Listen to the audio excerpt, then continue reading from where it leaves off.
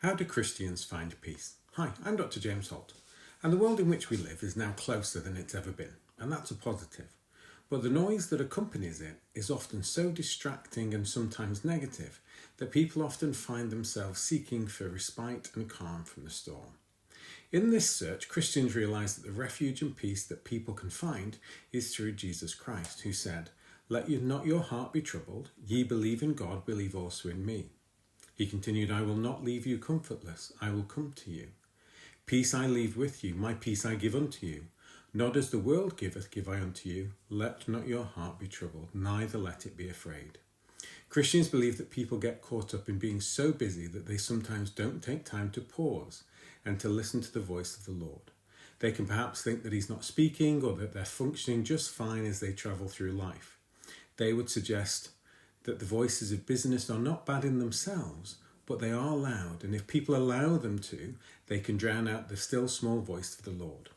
The events of Peter walking on the water illustrates this for Christians. The story begins with Jesus walking on the water and the disciples seeing him. The Bible says, "But straightway Jesus spake unto them, saying, Be of good cheer, it is I, be not afraid. And Peter answered him and said, Lord, if it be thou, bid me come unto thee on the water. And he said, Come. And when Peter was come down out of the ship, he walked on the water to go to Jesus. But when he saw the wind boisterous, he was afraid, and beginning to sink, he cried, saying, Lord, save me. And immediately Jesus stretched forth his hand and caught him and said unto him, O thou of little faith, wherefore didst thou doubt? Peter initially heard the voice of the Lord and responded. He walked on the water. He was able to walk on it. And it was only when he took his focus off Jesus and worried about all of the other things that swirled around him that he began to sink. The point for Christians is that at least he was able to recognize that he was sinking and shout out to Jesus for more help, and he was saved.